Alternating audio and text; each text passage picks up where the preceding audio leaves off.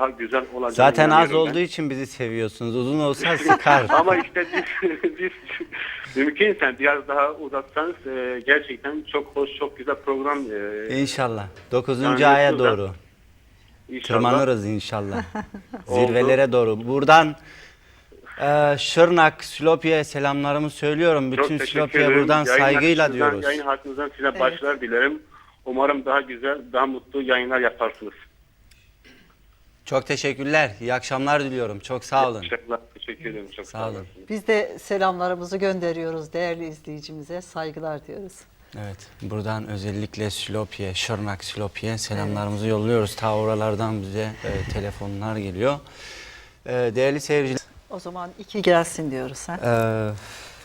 Ali gel yetiş. Ali gel yetiş diyoruz. Yetişsin bakalım bize. Evet. Buyurun.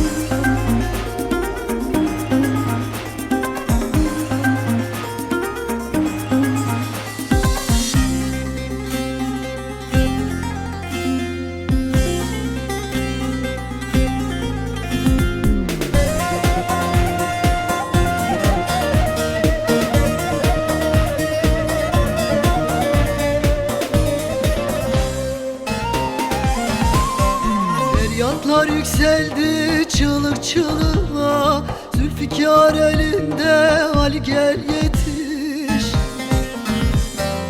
İnsanoğlu mansur kaldı açlığa, Zülfikar elinde Ali gel yetiş. İnsanoğlu mansur kaldı açlığa, Zülfikar elinde Ali gel yetiş. Zalime mazluma zulüm ediyor, din uğruna softa insan yakıyor.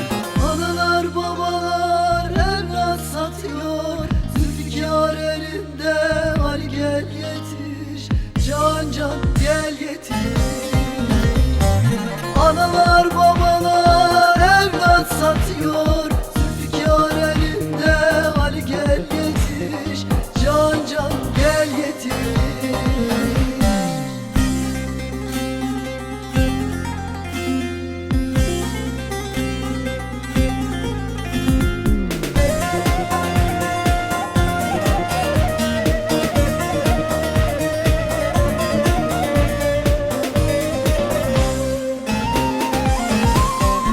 Ortalık bozuldu, düzen tutmuyor, yer yarıldı, insanlar yutmuyor.